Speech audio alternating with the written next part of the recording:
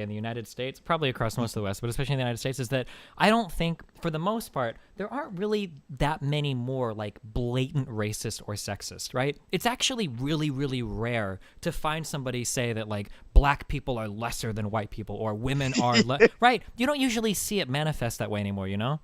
Right. But the way that it manifests are in these ways that are, it's so much harder to talk about it because it doesn't feel like you can say anything about it. Because like the best example that I can think of this is, remember when the black dude was at the party and all the white people were giving him compliments like, wow, you're so athletic and things like that. Like, Yeah. How do you say like that's racist? Like that's, because you can't really tell them not to say it, but it's like, it is kind of racist, you know? It's like really fucking weird and awkward, right? Much the same way, like as a woman, you'll hear this a lot, right? Like if you're a woman in engineering, right? I hear this from my girlfriend sometimes. Like if you're a woman in engineering, you know, they'll say things like, you're like, oh wow, woman in engineering, that's really hard. For a woman, you did a really great job, right? Like, what the fuck does that mean? You know, like it's like you're in this really weird world, but you can't call people out on being racist because they're not being like hardcore racist. I feel like that's a lot of what's experienced today, you know?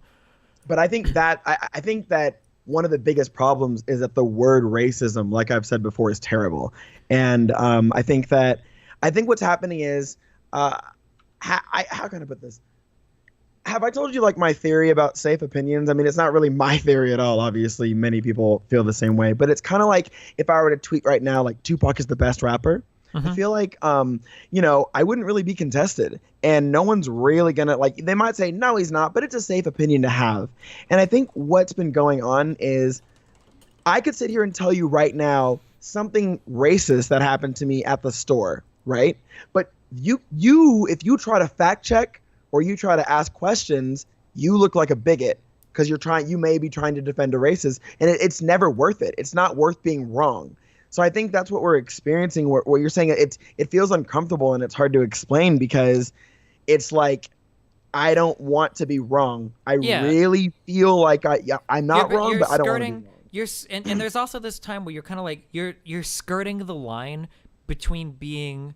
It's impossible to dance. Like I feel bad for white people, like me included, right? When you have to skirt this line of like, okay, I understand that you are. Like in a position where you need some additional help because of other factors, but I also simultaneously can't acknowledge any of this, otherwise it makes me a bad person. You know, like it's like a really weird, like, you know, like black people in the United States are predisposed to a lot of things because of socioeconomic status, right? You know, predisposed to crime, to worse access to education, right? There's a lot of fucked up shit that happens because of historically horrible things that have happened to black people in the United States. But like acknowledging that while also treating them as equals is like, it's like a really weird line to walk, you know? Like how do you do it in a way that's not offensive, but is also respectful, but isn't, you know, like overly, you know, like I'm sucking up to you and now it seems like I'm like like a white apologist. Like, yeah, it's a really weird line to walk, you know?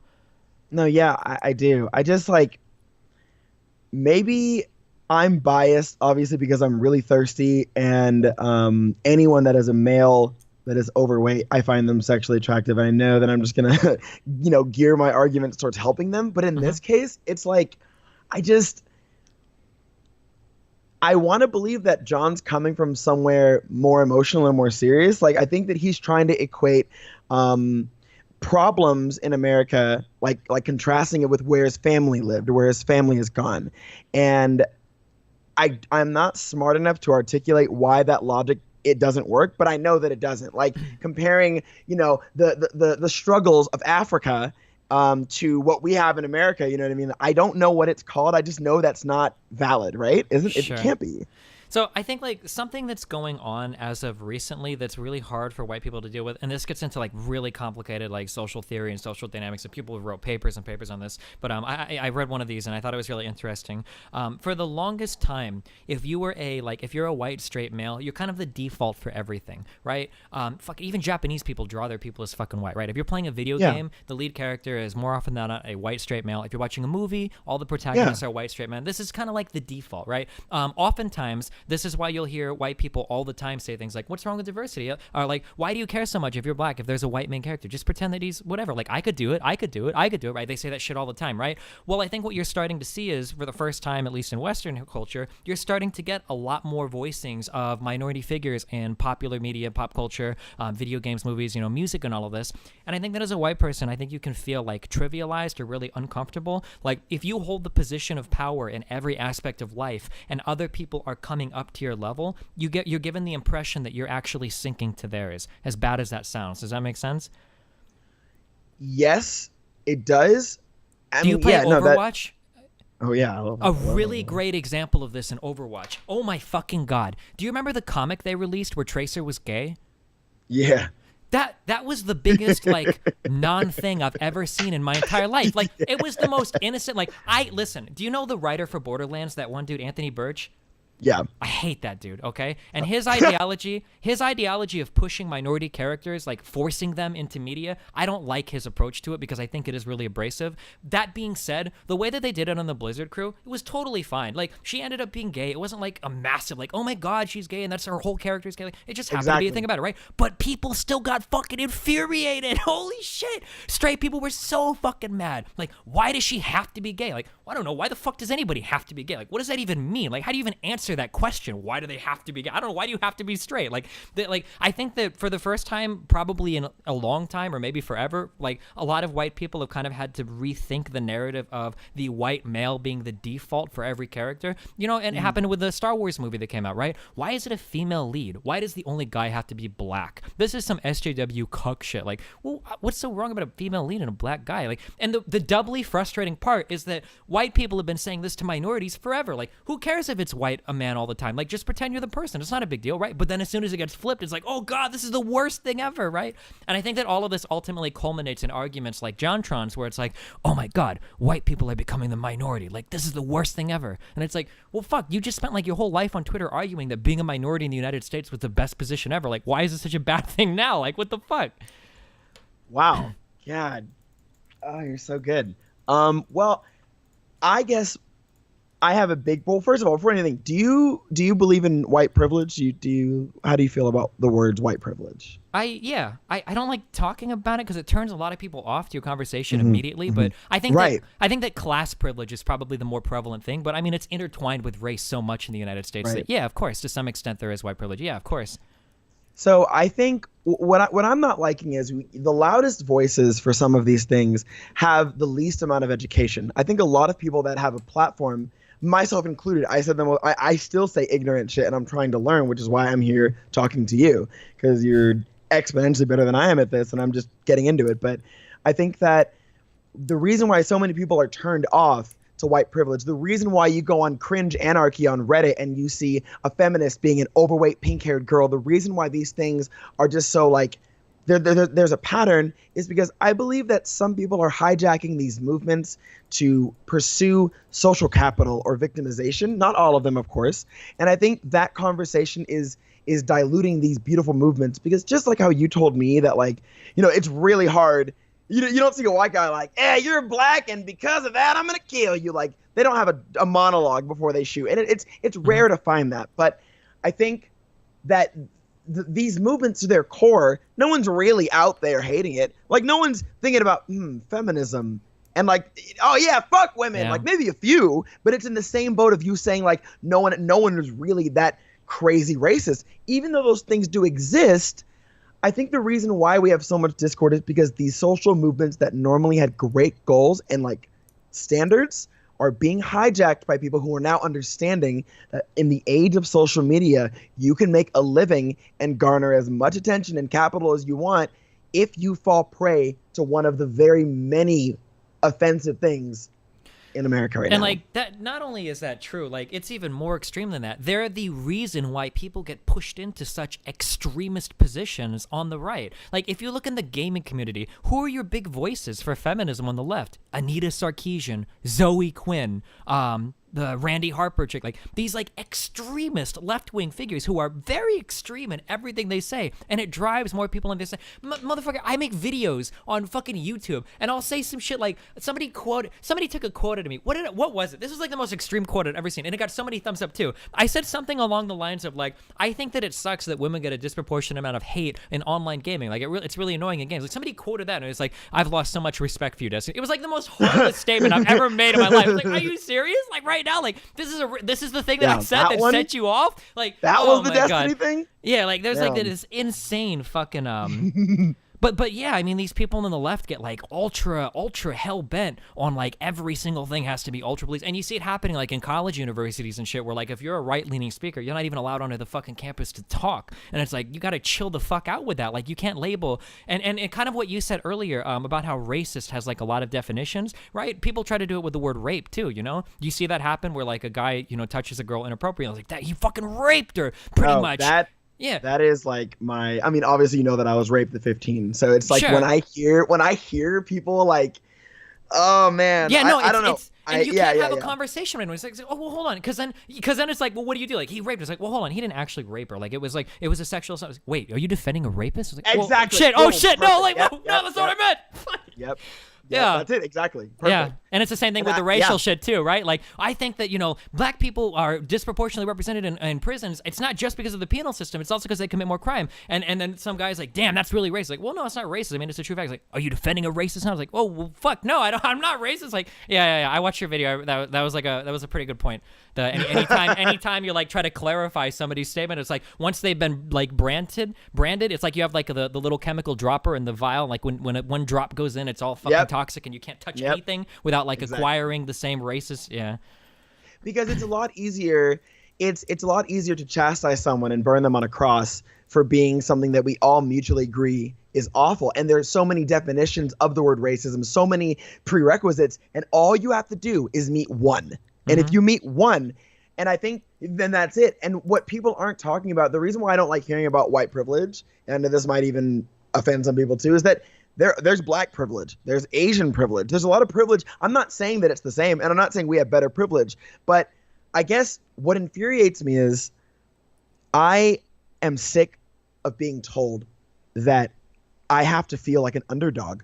I'm very tired of people telling me how to feel. I'm very tired of people telling me that because I'm gay and black, like suddenly I'm at a disadvantage. No, I'm not. So go on. Yeah, that same thing that you just said is the same thing that white people feel when they're told that they're oppressors of black people. Like, how many people in rural Indiana have ever even seen a real life black person before?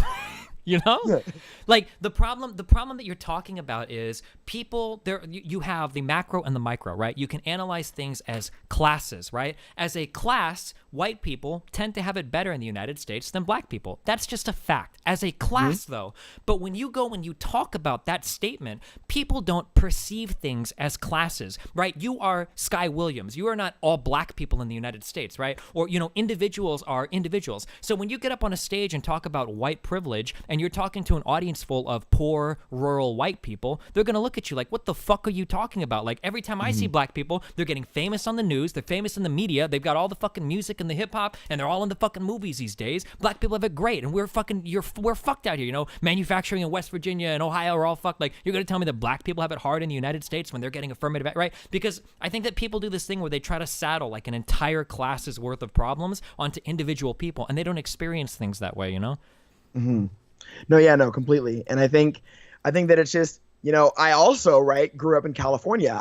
My mom was amazing. She's literally the most perfect woman. She never made me feel different or bad about anything I've ever done. All of my choices, she's been pretty much there, except when I didn't want to be a medical malpractice lawyer. And I went to comedy and said, then she screamed and got lots of belts, and it was awful. But other than that, like, I never felt disadvantaged. And so when someone tells me like there's a lot of abuse going on the other side of the country where gay people can't be gay openly or else they get abused, and black people experience racism over there, it's like, yes, I think that's awful, and I would not mind like giving light to those things, but I'm not going to sit here and say that my things are a disadvantage.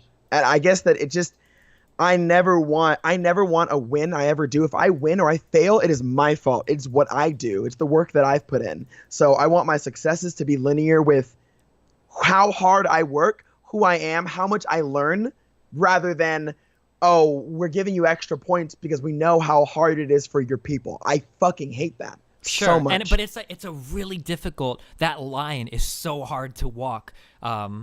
Right? Do you understand? Like, that's such a hard, because there are a lot of people in different groups that are disproportionately fucked in the United States that do need that hand up, right? Yes.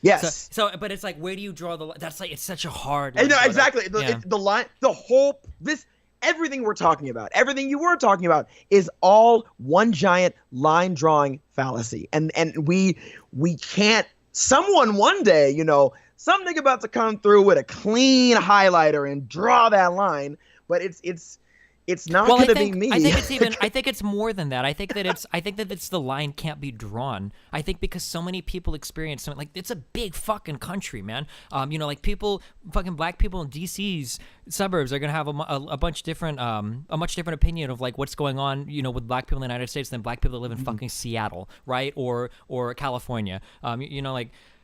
So yeah, this one size fits all thing just doesn't work when you're talking about these things, and I think people need to be cognizant of what they're talking about. Yes. And who they're talking to, instead of, like, that thing that you said earlier about the definitions, the people trying to relabel things. They're so irritating. I read a ton of SJW shit now, so I know all the definitions. But, like, when you get a white dude who gets onto Twitter and, maybe says some shit like, well, I'm proud of my white culture, blah, blah, blah. And then a bunch of black people are like, oh, fuck off, whitey, fuck off, cracker, like, white genocide. And it's like, damn, dude, like, this is kind of racist. Why are you guys being racist? And then a whole bunch of white people come and it's like, actually, white people cannot experience racism in the United States. Like, well, what do you mean? They're all racist. Well, actually, racism is power plus oppression is necessary. I didn't know that. What the fuck? When I hear that, I actually want to fight. Like, I get that. I don't even get triggered. Like, people make fun of me the day after I was raped. My school made fun of me. Like, I did not have it good. Okay, I'm telling you, like, and not even that triggers me. But that racist argument that you just gave me, like, I want to just, like, okay, and it's like, people don't interpret things as classes. Like, if an individual is being fucking, racially savage, like, he's gonna interpret it as racism. You can't tell him that his feelings are fucking wrong there. That would be the same. Like, you can't do that, Correct. And I know I agree completely. And what's very frustrating, I think, is that the youth has so much volume, and they are, again, the future. Listen to me sound like a fucking 80-year-old. They are the future. But the problem is, we have these sections. We've, like, segregated ourselves in cliques and sections, and this is going to be a terrible comparison, I bet, but much like joining a gang gives you a lot of protection, right? Youth join gangs because they feel a sense of family, a sense of camaraderie, like everyone has this common goal. I believe that many social movements, if not all of them, maybe, act in a way to protect these people that join them. Because, I mean, look at Black Lives Matter. One of the reasons why I love Black Lives Matter is because the receipts that Black Lives Matter has given, they're great. And at the core of the movement, it was never to say, from my understanding, Black Lives Matter was never, ever to just say, look, police kill us all the time. No, it was just people wouldn't believe us. And that's true. We would say that police are more brutal to African Americans in some ways, and people wouldn't believe us, and we gave them receipts. That's what the movement has been so great on. Sure. And I don't really believe, I'd like to not believe that there are people that listen to that message with the receipts and think, oh, yeah, no, fuck them. But I also think that a lot of people are using the Black Lives Matter movement to platform their own social capital of things that may just not be racist. I got a lot of flack for questioning. Do you know the story of that white dude that shot the little black kid in the store? Not in the store, but bumped into him and he killed him or something like that? No, I don't. Well, that happened. And to the best of my knowledge, of course, and I raised my hand and I was like, hey, do you think the white guy killed the black kid because he was racist or he was just a psycho? Like, they could be the both. It could be under the same umbrella. But are we sure that his motivation was, I hate black people, and then boom, dead. Oh. Or you know Yeah, what I but as mean? soon as you start to question that, you can get hung up on like, are you concern trolling right now? Are you tone policing right now? Like, yeah, no, I know what you mean. I actually saw a thread.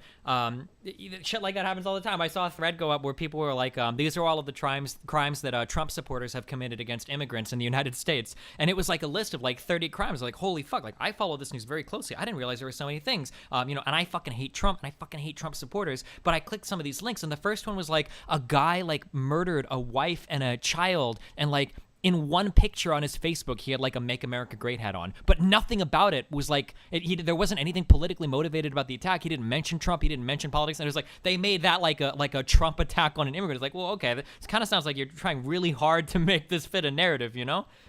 Yeah, no, I know, and the issue is that it's just safer to fit narratives. That's why people are writing them, because at the end of the day, like I said in my video, and like I say about a lot of other things, you can just disregard someone, and you can just be like, oh, you're racist, and then you just close your ears because you know that the world will take care of them. Writing narratives and being in safe spaces. What I don't like is safe spaces exist. When my best friend died, I didn't go to work for a week. I had to go to the hospital for like food. I didn't eat anything, and I sat in my room. I watched Shin-Chan, the whole series, and I closed all the windows and the doors and turned off the lights. And I was just in this area mentally where I was like, all right, I just don't want to move. Depression really was fucking me up. Those things exist. But now we're coming to a culture where safe spaces, I believe, people finally realized, wait, I can use a safe space to run away from actual legitimate, like, growth. And, oh my God, like, I can use a safe space to hide from, like, becoming not ignorant. Like, that's crazy. And that's why people are attacking it so much, in my opinion. And it's even like, yeah, the problem is that like what you said, like originally safe spaces existed to give people an area where they could have like some recluse from the constant bombardment of everyday life about a certain topic. So like, for instance, if you're in a community that is predominantly very Christian, very anti-gay, you might have like a safe space where you can go in and talk about gay issues where you're not going to be judged. You know the person's not going to say anything bad about you. He's not going to try to fucking convert you, or about any number of issues, right? Depending on what the space is, meant for. This is a safe space. You can come in and talk about a topic free of judgment, right? That's a valuable thing. There's legitimate reasons to have those types of safe spaces, but people have turned that idea into a rejection of every thought that I don't agree with. And if you disagree with me, like, not only is your thinking bad and wrong, but you are also the hyperbole of everything that I am assigning to you. Like, what is that? You don't believe that, like, immigration should be free and unlimited in all of the United States? You are a literal racist who literally hates every race. You literally have, like, pillars of worship to fucking Hitler in your basement. Like, it's the worst possible thing. And then they take it even a step further, and it's like, since you believe these things, I must now go out of my way to destroy your fucking life. If you work for anybody, if you have any sponsors, if you've got a job, if you've got friends, family, I'm going to message every single person until your life is like a smoldering pile of ashes. But then why? But okay, so then what do you think? I guess maybe I am biased. Maybe I'm being overprotective. But then what do you think the problem is with Jontron? Doesn't it just seem, to me, it just seems odd that this is a truth, that he believes these things. Is there a chance that he's not using the right definitions of a word, or he's not articulating him? I think that when there's a lot of white people and you want to be with white people, I think that some people just like being with people that look similar to them, and that's kind of it. And you don't want. But wouldn't that make him a white nationalist? I mean, he was trying really hard not to say it. There was another point in our conversation where he said that he asked me, he was like, why do black adolescents commit so much crime? And I said, or I think I might have asked that, and he was like, well, I don't really want to get into it. And I was like, well, yeah, I mean, we could talk about that. There are a lot of factors why, like, and I named like 3 or 4 things, right? Single parent households, disproportionate living in ghettos, socioeconomic, and he's like, well, it's not just that, and we both know that, but we're not going to get into that. I was like, well, what the fuck does that mean? Like, what else is there? Like, but he wouldn't go any further on it, right? So, yeah, I don't know, dude. One of the things really hard. Yeah, go on. Or I was gonna say, one of the things that I really liked about the Trump election is that you get all of these people are kind of coming out now. I don't like to say these people because it sounds really mean, but like I'm finding out that there are a lot of people that believe things in the United States that I didn't think as many people believed anymore. What do you mean? Just like that maybe black people are predisposed to being criminals. Maybe Mexicans are predisposed to being lazy. Maybe most of them are murderers and criminals. Like, fuck. Like, okay, wait. I don't know I don't know where the fuck people think Mexicans are lazy. Are you kidding me? He said that. Like, he said that. That's what I'm saying. He's like, they live off welfare. It's like, dude, have you ever drove down a street before and seen a fucking construction crew putting up a roof? John said that? Yes. John didn't say. No. He said it. He said Mexicans all living off welfare. It's like, dog, half these people don't even have social security numbers. What are you talking about, dog? No. Yeah, it hurts, dude. No, we're just gonna. It's like, we're gonna. you have we're like gonna the bring mythical. There is like this mythical, legendary Mexican that lives in the United States who simultaneously is the laziest, fattest piece of shit who takes all the welfare money, but is also stealing every job from hardworking white Americans. Like at the same time. Like I don't know how they do it, but somehow they manage to do both of these simultaneously. No, like, okay. Oh wow. Okay. Lord, that cut me. Well, because when I used to be a server, the cooks, I spoke a little bit of Spanish and they called me like gay bear and like yogi and all this shit. But like they would literally be working 3 jobs from like 6 to 6 to noon, and then noon they close the kitchen. And I'd ask him, I'd be like, hey, like, you know, where are you going? And he'd be like, oh, I got to do this other job. I'm like, nigga, I'm trying to sleep. Like, why? Dude, I don't know this where. is I don't know where that came. everybody's restaurant experience, dog. Will say these things like fucking like how many restaurants you got? I worked at a McDonald's where fucking our staff was deported. 3 of them got fucking sent back because I don't even know how the investigation happened. But these motherfuckers, you could call them at any time of the day. They would show up to work. They were always stay till fucking close. Like they're the hardest fucking workers. Typically, they put on that fucking horrible Mexican music in the back and they just fucking do their shit for like 10 hours. Claro que me duele, porque ya perdí tu amor. Okay, look, some of them songs slap. I don't give a fuck what you say. Every song these 3 ladies in the back, every song on the radio was like, it was a tuba bass line, boop, boop, boop. It was like it was like the same fucking song, I swear to God. But they was like the hardest fucking workers, and everybody knows it, right? I have never met anybody that's worked with Mexicans like, oh, that Mexican dude? Oh my God, he's so fucking lazy. Like, what the fuck? Like, who would ever say this? That's to me, that's like shit people never say. Like, dude, like I had you've this been Mexican outside cook before, right? So fucking, no. My fucking roof got put on by fucking Mexicans. My fucking uncle could speak Spanish, and he pulled him up another job and got him for my fucking roof on my old house. Like, holy shit! Like, my Spanish got a lot worse. But no, I mean, I think that going to the black section, my cousin and some of my best friends in my entire life have lived in that like resilient area, you know. And one of them explained it to me really well. He says, the most difficult thing about growing up in these places is that when you go home, there's no guarantee. You don't know if you'll have food. You don't know if mom made enough money for the week to get it. You don't know anything. And so when you're walking down the street, you'll see someone with a Game Boy. And he describes it like you see him with a Game Boy and he's no longer a person. He is an avenue to eat. He could be what is going to get you your next meal if you feel that desperate and it's easy enough. And that's why, you know, and when he told me this, he was breaking down because he was like, I didn't have a choice. There were some times where I didn't eat for like a week and all I could do was sell that kid's DS and see how much money he had on him. Because if he has that DS, he might be more privileged than I am and blah, blah, blah, blah. And I'm hearing this and I'm in disbelief because obviously my life was very different, which is why I sympathize when other people tell me like, you know, being black in America is hard. And I'm sitting here thinking, well, I didn't have a difficult time. I'm not saying that you don't. And I want to empathize with you, but I'm also not going to pretend that I did for your narrative. I'm not going to, but sure. I will help you and I want to be there for you, but I'm not doing that. But there's too many people in this movement that say shit. Actually, I baited somebody on Twitter right now. This person quoted my tweet and said, "This is so embarrassing," when in all caps I said, look, Jontron sometimes says dumb bear stuff. He knows fish and honey and not politics. Obviously a joke, but this tweet I was trying to get, this person is so embarrassing.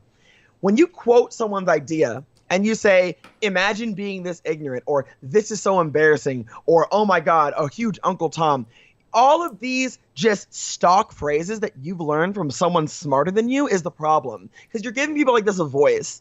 Like this bitch is like, the name is Your James or whatever their ad is. And then the little friend favorited it and said, when you're the biggest Uncle Tom. But neither of these people know what they're talking about. They just know that these are 2 things that you can say to shut someone off from discussion. Sure. And I don't know. Jontron did a couple times too. They've got other expressions too. On the right, they use like virtue signaling as like a really easy way to shut somebody down. You're like, dude, like I don't know. I don't think it's right that certain minority groups are.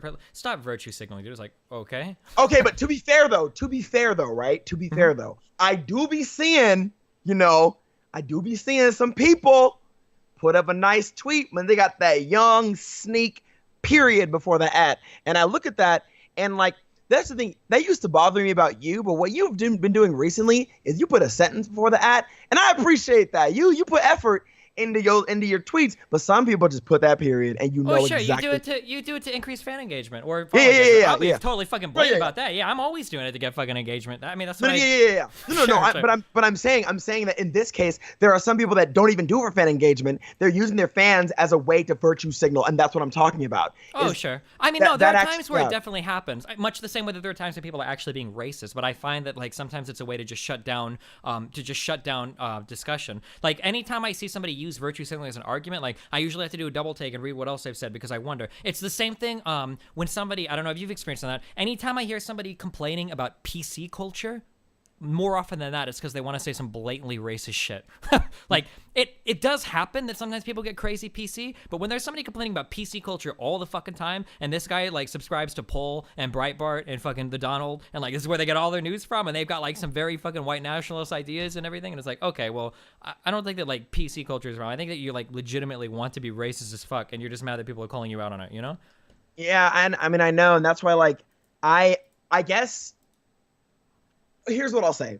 Last year, near the end of the year, when Trump was, when the election was going on, and everybody was, I was making all these memes so offensive, but I was saying all this shit, and I was saying, fuck Trump, Trump is racist, we're all going to be slaves or whatever. I was making jokes about it, but I genuinely believed some of the things that I was saying. And I turn around, Trump gets elected. I had no reason to believe that he was going to get, but he gets elected. And all at once I realized I didn't know what the fuck I was talking about.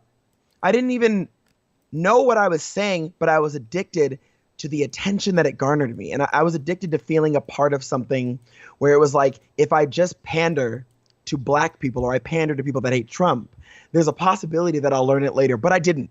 Sure. And that's why I stopped. And I think that's why I want to say for John is, in my opinion, I think that yeah, I totally agree. I understand exactly what you're saying. Okay. Right. So, you pick up memes and then you kind of parrot them, even though you don't necessarily understand what's going on behind it. Yeah. Yeah. And I think that John might be doing that. The problem I have with that is that I don't.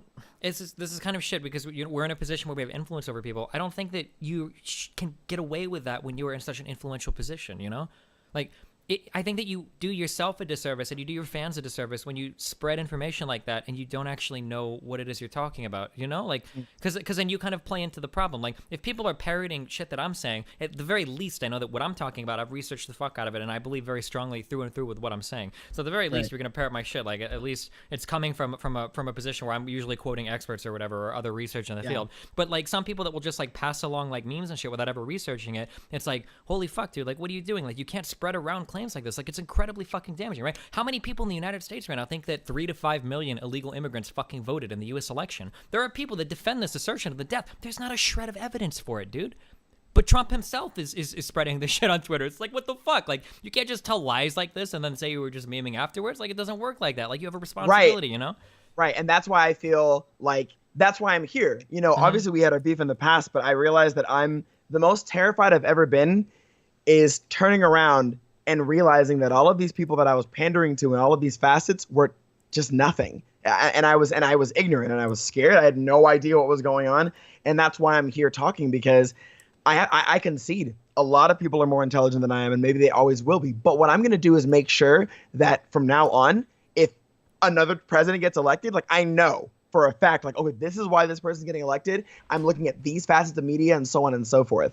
Sure. But black people can't win doing that, because I don't. Trust me, I don't. I get called Coon and Uncle Tom almost every single day. If I ever speak out and say, like, hey, this could be racist, but what if it's not? And it's a terrible look where it's like people are calling you a waste of black skin. It's like the white people don't really want me either. I'm just sitting here like, damn, like, I'm really a villain because I'm thinking. And I think that it's so much scarier to look at all white people, to me, and look at individually who is and isn't evil and why, like, who is odious and who isn't. And it's way easier to be like, yeah, they're all racist. And then you can hide behind the, you can't be racist to white people, which is true and not true. I don't know if you agree with that, but yeah, well, I mean, obviously, black people are generally never in a position to oppress them via power structures, but I mean, you can still say mean and hurtful things that are based on a person's race. Yeah, it depends on what your flavor of racist is at the time. Yeah. Yep. And that's that's what I obviously you saw it in my video as well, is that you that's a big SJW community. Are you familiar with like shit Reddit says? Yes. Yeah, like that community, I read that a lot, and you see a lot. Like I'm familiar with all of those definitions. So yeah, I got actually my second video, my third video, I got bodied on that Reddit. I had no idea. My third video ever, I got bodied. I said rape in one of my videos, and I had no idea it was that callous. Oh, and then yeah. I find out I'm on Reddit, and I'm looking at all these terrible like. Oh shit, dude. And I'm getting an anxiety attack. I'm like, man, I didn't know. Like, I had no idea. This is coming from someone who made a national Smash tournament in 2009, I believe, called R3, Revival Redemption Rape. That was my tournament name. Mm-hmm. National tournament. And people went, and no one cared. Yeah. So it's like, I'm not saying that's, I'm coming from a place where I'm wondering if the behavior that we're seeing now, is this normal, or was it normal back then? Is social media, is this blowout the reason why we're seeing all of these true colors? Is John truly odious? Or like, I think a big thing that plays into it is the internet has been like a blessing and a curse in some ways. Based on, in the past, like, you had to get along with the people that went to your school, with the people that you grew up with the people in your community, because it's kind of all you had. Like, there was a forced diversity there of thought that you had to entertain. I think that one of the things that sucks about the internet today is that no matter what fucked up belief you have, you can find a group of people that agree with you, and you can go and only talk to them. Like, I think that circle jerking is one of the most damaging forms. Like, one of the easiest ways to, like, grow cancer in your brain is to find a community and only circle jerk with them. Like, it is the biggest poison that you can ever, like, give to your mind. Like, it's so fucking bad. I just want to be like, I want to be better. I mean, not God, this is going to sound so place, whatever, but I want to be better for my audience, but I also don't want to I don't want to not be me at the same time. And it's been difficult to listen to these opinions and kind of understand where people are coming from. And so like, when I hear Jontron say these things, the only reason why I want to not believe it, or I want to like flesh out his points, is because last year I would have said some ignorant shit too. And I'm not saying what John's saying. I'm not claiming one way or another. I'm wiping my hands clean of that till I fully know. Sure. But I feel in my soul that, maybe you can articulate this better. What is it like? What if you're wrong about something? What does he actually? No. Like if you're wrong about something, right? And in your heart, you know you're wrong. But now the whole angry mob is calling for your head, and maybe you would rather continue to be wrong than like swallow your pride and apologize. Like, do you think that might be coming into play at all? For Jontron? I don't know. Like, one of the problems that I have with is kind of related to this is like, it seems like gamer bros. Are you familiar with like Thorin and Richard Lewis? Yeah, Richard Lewis is like my favorite thing, and Thorin hates the shit out of me. So, yeah. Me and Thorin beef a lot too. And I pretty much hate every single thing Richard Lewis says, but I love him to death. We just hung on a Oh God, I love him so much. He's the funniest fuck dude. But I hate him to death on every political opinion he has, right? But he's so cute. Go on. Yeah, sure. And he's getting to bear status for you too. He's a pretty big boy. I know. No, okay. We'll talk about that later. Okay. So the thing you get with a lot of the gamer community guys is like all of their news and their entire worldview has been shaped by like Gamergate. You ever get that impression sometimes that like every political opinion that they have kind of came from like Gamergate, so they end up falling like very far to the right on every issue because every experience they have with the left is like, gamer people trying to tell them to, use less bad words or being more extreme sometimes, like all gaming violence and rape and all that has to be removed, like I get that impression sometimes that for Jontron, maybe he was moved over there a lot because of his experience with like the extreme SJWs in the gaming community, kind of like Thorin and Richard Lewis. Yeah, no, I mean, I get that, but do you think that maybe, I think the biggest problem is people don't understand that there is not a finite amount of success. Happiness is not on a tap, you know what I mean? Like, it's just there for everyone to get. And you can, I'm not saying everybody will make it if you work hard, but one person boosting up in a social status and a class status does not mean a spot's taken away from you. So not only is this true in a philosophical level, like this is an economic fact that a lot of people don't understand. Like economics is not a zero-sum game. Everything can grow. Like when I hear people say, so you want immigrants coming here and taking away jobs? I'm like, well, no, like immigrants can come here and grow the supply of labor, and other people can find other jobs that are created as a result of that. Like everybody can grow and be happy. You don't have, it goes back to the beginning thing, right? Like white people see other people coming up to their level and think that that means that they're going down to theirs. No, everybody can come up. Like we've been doing this over the entire world for the past 20, 30 years. Like it's been happening everywhere, you know? Right. No, I know. And I'm just that, and that's what I'm realizing. I mean, I'm just such a jealous, petty person. So if I see like, a YouTuber shoot up in numbers, like, a while ago, it used to really get at me. But then I realized like, Sky, you haven't been the best. Don't be acting like that's like me on like, yeah, I'm gonna lose weight and eating fucking Twinkies. Like, nigga, you can do better. And until I really give that my all, I'm sticking by the idea that there's room for me no matter what. I just got to work. And I think a lot of people, but that's the problem, right? Is if you want to go back to a gamer perspective, that if there's room for everyone to be good actually isn't true in two facets. If you want to go competitive, there's only one winner. That's it. It's like, yeah, okay. Yeah, there's room for everybody to compete. But nigga, someone's taking home 10 grand and the other's taking home 800. Well, but that's not even necessarily true, right? Imagine, dude, like, and I always say this to the gamer bros all the time. Like, why are you so fucking hostile towards women? How amazing would it be if 50% of the community were women? If you doubled your fucking audience size, that would mean double the prize pool, double the sponsors. Like, maybe there would be one person taking home 10,000, but maybe there'd be another tournament that had another $10,000 price because there'd be so many more eyes. Like, don't you want to jump into game after game after game and have half the people being there fucking women? Like, that'd be sick as fuck. Like, why not? Like, play games with girls.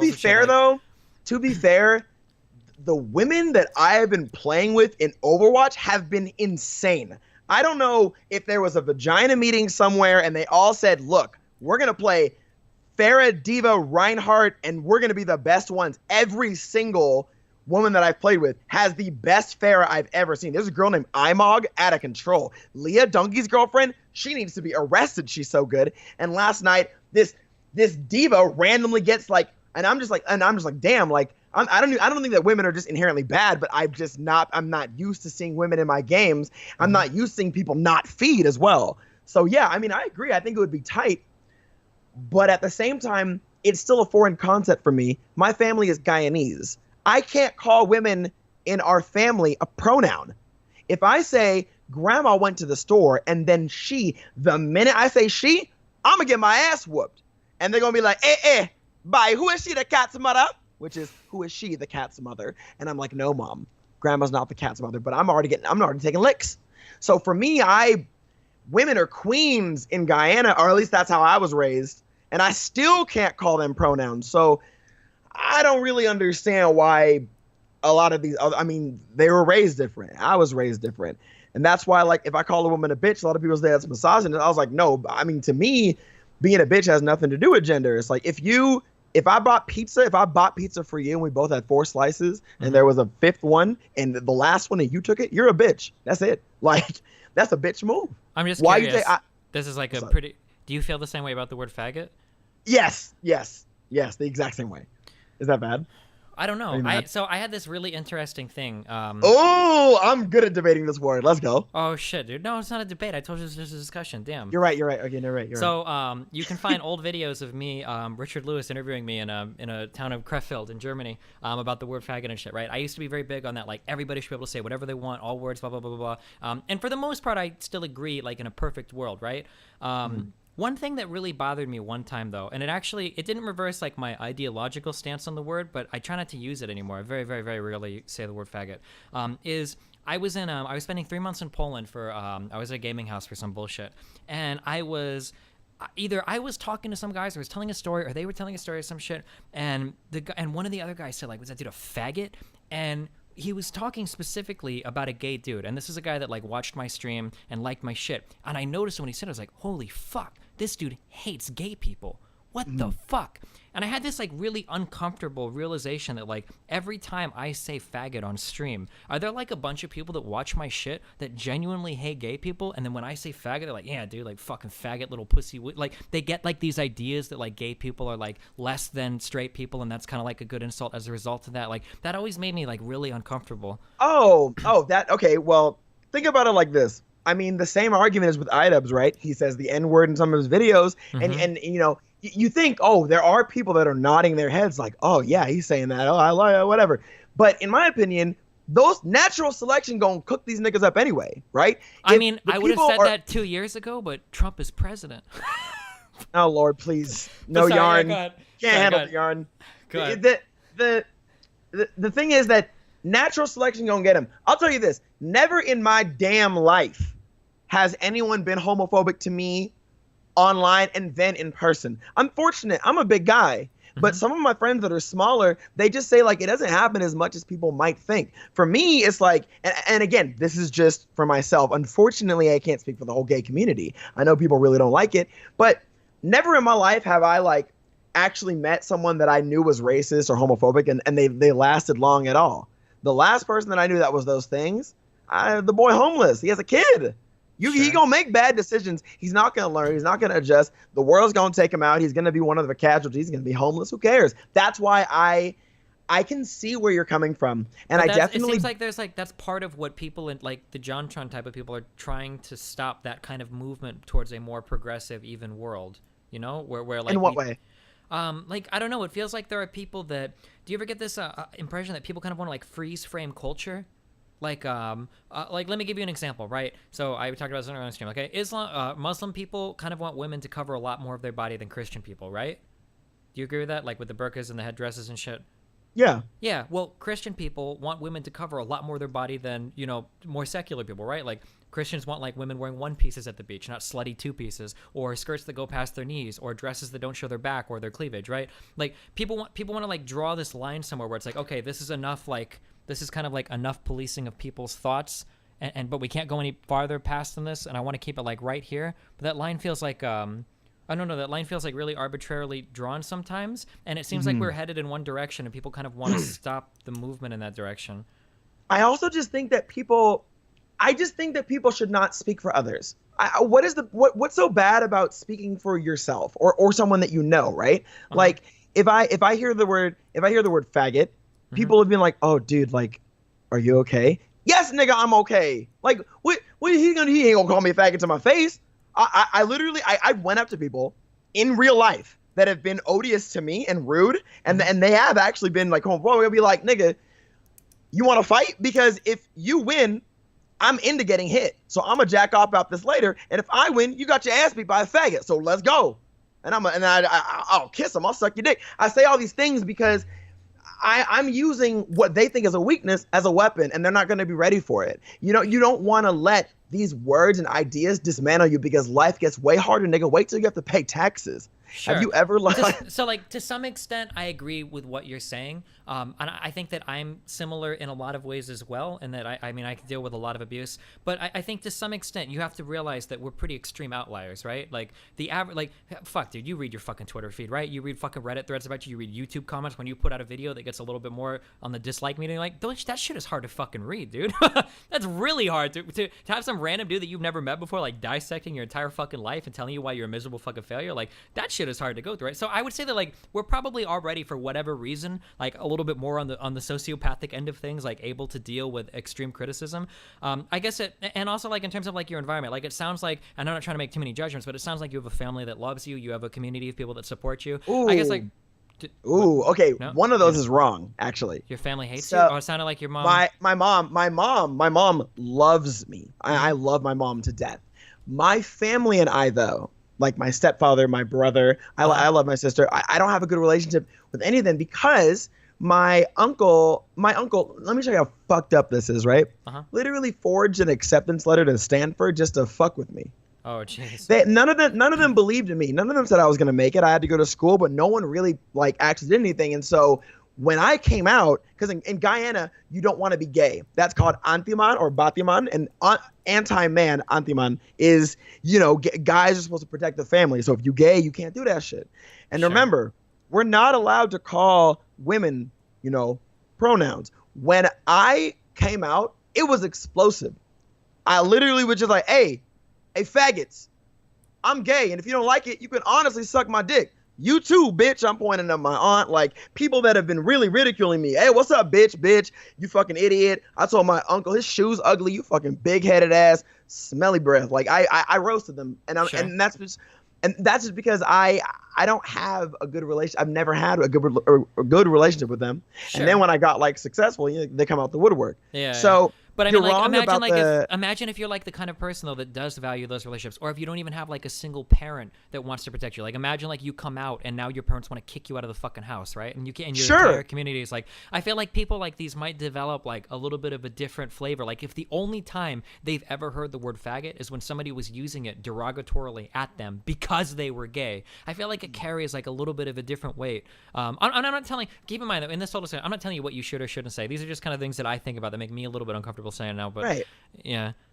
No. I actually totally understand that. And so now I'm going to say what might be the most controversial opinion that I have. Please save me though, because this is a practice. You're going to help me. You have to. Okay. I can prove that I feel like a good 80% of people that are just alive are just natural victims, and there's safety in being a victim and being an underdog, and I'm gonna prove it to you right now. Okay. Okay. Sorry, this is my favorite example. Have you ever been in a sleepover, like when you were younger? It was like you, maybe 3 of your friends, and you at your friend's house, and you guys are making noise, right? You're making noise, and you hear the mom come downstairs because y'all loud. What's the first thing you do? You pretend that you sleep. Yeah. Why? Because that mom about to come down here and whoop some ass. But if the mama come down and flip on the lights and you look like you was sleeping, that's why I do it. And I go, oh, I was sleeping. What's going on? Now, your other friends can't snitch you out because you're a good-ass actor.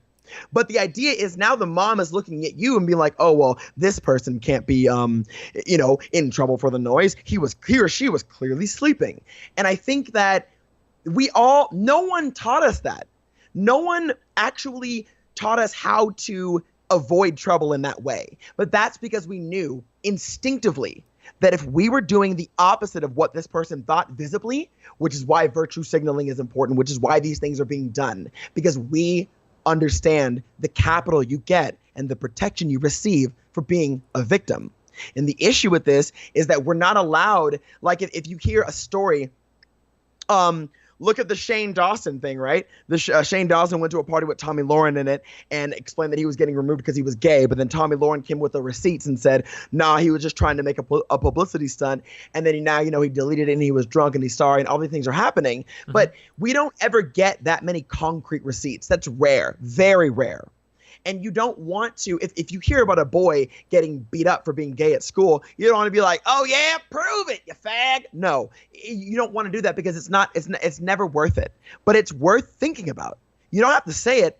You just have to keep your eyes open. You can look at somebody's patterns, somebody's behavioral patterns, are they a pathological liar? What would they have to do? And then you can make your own judgments. Sure. I don't think it's ever good to call them out, but I always think no matter what, it's always good to be critical. Yeah, of be course. critical of every single thing that you hear about the word faggot. Like I got it called faggot all, my whole life, which is why when it comes to everything that's happened to me, being oppressed or getting raped, I have receipts and I'm ready.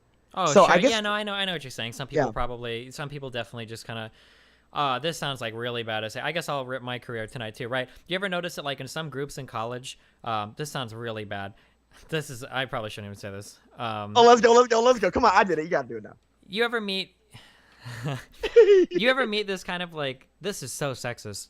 You ever meet this kind of girl and you just like start talking to her for like 2 minutes and you're like, this girl's got a rape story. You know that she's been through like every possible negative thing that a girl could have been through. Like you can tell like it's that kind of person. You know what I'm talking about? Yep. Oh, 100%. Yeah, like these kind of people, it's like, okay, what happened? It's like, oh, blah, blah, blah. It's like, okay, yeah, of course, dude. I know, of course this happened to you. Like, like, yeah, I understand what you're saying when you're talking about things like that. Like, I've met people that are like the embodiment of that kind of stuff. Yeah, and I think like, I definitely have had this conversation with people, and it's very hard because one person I know literally got touched like on his chest, and he said like I got raped. Then I was like, oh my god, like I'm not gonna sit here and tell you that you didn't suffer. I'm not gonna sit here and tell you that your pain is worse than mine because it's relative. But if we're just looking at, you know what I mean? Dog. Like, yeah, no, like that shit really, really, really fucking irritates yeah, me. No, I have to like, I just think it's yarn, and I just, yarn, you give it to a cat, cat thinks it's an enemy. So when I hear that, I'm like, oh, this is yarn. I'm gonna play with it, but realize this isn't real. So that's cool. That's okay, right? But yeah, and it happens a lot, dude. That rape thing too, like the stories with the like, I don't think people like this whole like like every time a guy is drunk, it's fucking rape. Like a girl wakes up and she's like, well, we both got fucking blasted last night, and I think we fucked. And like, oh god, I'm pretty sure he raped me. And it's like, dog, like, come on, dude. Like, let's be a little. Do you feel traumatized like right now? Like, are you serious? Like, you went out to drink, like you were getting along with him, you both went back to his room. Like, are you really, dude? Like, you're really gonna do this? But like, what's actually sad about that issue though is that yes, I'm willing to bet that there are women that do that, but I think what's scarier is the magnitude of danger that spikes up that only women are going to really experience in America when they're just outside alone. And rape doesn't, I mean, obviously it has a, there's a lot of people that use it correctly and incorrectly, but I would say sexual assault. I never think a woman is lying to me when she says I've been sexually assaulted. I never go up to her and be like, well, was it rape? No, I don't. I understand what you're saying, but like, oh man, dude, sometimes, did you see that shit with, oh fuck, was it Jenna Hayes and, the male, who's that, James, who's the really popular male porn star that everybody likes? Ooh. I mean, he does straight porn, so maybe you haven't heard of him. Shut the fuck up. Oh my god, everybody knows who this is. Someone will start saying it in chat. Oh, it was Stoya and James Dean. Did you ever see any of this?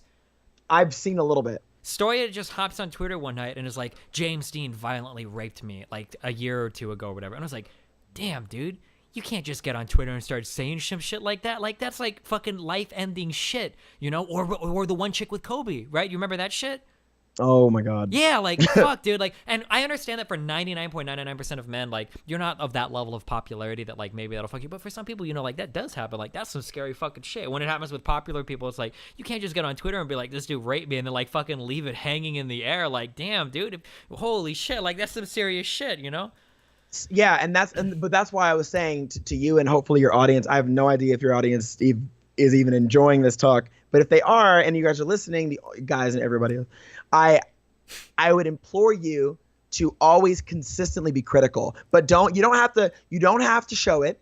If someone comes to you and says, this happened to me, you just listen, be an ear, be that person. Don't doubt them. Be the friend that they want you to be, but be critical. Think about it on your own time. Come to put it together. Give yourself a little backlog of receipts so that if something happens again, wait a minute, last time the story was like this, but this time you said this seems a little weird. I think it's important that we all are just more silently critical for now. That's my biggest piece of advice. In reality, all that happens is people just find stories that they agree with, and then they spread the fuck out of those, and they don't actually care about anything. But the last thing I want to bring up is also offensive, but both of our careers are done, so I'm fine. My career is made on saying edgy shit, so I'm okay. I want to know your stance on being an underdog in America. And what I mean by that is, what game do you... Oh, you play Overwatch, right? I played a little bit of everything. I was good at StarCraft, but... Yeah, oh yeah, no, I can't. I only play custom maps. I'm an awful person. I play League of Legends, dude. What the fuck? Die. Oh, you play League? Perfect. Okay, perfect, great. So pretend that you're playing on a team of 5, right? And you guys want to get to a super high elo, and you main jungle. But instead of playing jungle, you play mid, or you play top, or support, or whatever it is. And then you lose 3 games and win 1. Now, the 3 games that you lost, you can be like, oh, okay, well, whatever. I wasn't my main role, so who cares? Like, this is me not being serious. And then if you win, there's so much more of an explosive celebration because you're like, wow, this isn't even my main role, and I won. But if you go jungle and you lose, there's an actual defeat because you put your heart into it and you lost. And if you win, well, that's expected because that's what you're good at. I believe in America there's a parallel here where you have people that will take traits about themselves and make it and sometimes make it seem like they are so severely disadvantaged that when things happen to them, they always have a finger to point, be it white people, be it heterosexuals, be it whatever they want to point at, and even for some women, men, whatever they want to point at, because it's way easier to accept L's if they're lowercase, and way better to take a W when you capitalize it and bold it and underline it. And I think this is something that people need to fucking attack. I think there's actually a formal definition for what you're talking about. I want to say, someone in Shadow called me. I want to say this is called like primary attribution bias, but like the easy summary of this is, I don't know if this is exactly the same as you're talking about, but like you're very quick to take credit for your wins and make excuses for your losses, and you're also very quick to have rational explanations for everything you do, but then you attribute the worst to somebody else. So like, I guess like as an example, I don't know if this is directly what you're doing, but like for example, let's say you're on welfare, okay? You worked hard your whole life, you fucked up a little bit, you're down on your luck, you know, you go, you get your fucking welfare check, but like you're working hard and you're getting out of it, and then, you know, you'll build it, and that's fine, dude. You're not a bad person or whatever, right? But you see someone else on welfare, and you're like, this lazy ass motherfucking not working piece of shit, fucking leeching off the state, taking my fucking tax dollars, right? You're like, you never, or people do this all the time with speeding, dude. You're speeding down the fucking interstate, you're going 95, you're going fast as fuck, right? You're meeting a chick, or you're late to fucking work, you're like, dude, I'm safe, I'm doing this right. But That's then, me. When you're driving and some dude blares past you, you're like, the fuck is this crazy piece of shit? They're like, what the fuck is wrong with this guy? Or like I've cut people off, right? And I'll be like, yeah, snooze you lose, bitch. Yeah. And then but then a motorcycle will be in the fucking middle in the traffic, and I'm like, oh, I want you to die. Yeah, sure. I am awful. I'm not a good person. Yeah, or like you play against or you're playing Lee Sin Jungle because that's who you play, and you do a sick fucking play. You war jump over the wall, you kill the dude, you get to him, you ult the other dude, you go to him, and you're like the sickest player ever, right? And then like you're playing AD carry, and then a Lee Sin jumps to you and fucking intersects the fucking. You're like, all right, and he's dude, such a bitch, you fucking conceited asshole. You casted all your fucking spells, man. We get it. You're a fucking you're god. So fucking good job. Good. Your jungle item has a ward on it. You're so good, dude. You really just got me. You really just actually bodied me. That is me. I'm horrible. I'm a Satan reincarnate. Oh my god. This has been an enlightening stream. Yeah, people do that. People do that with very serious things as well.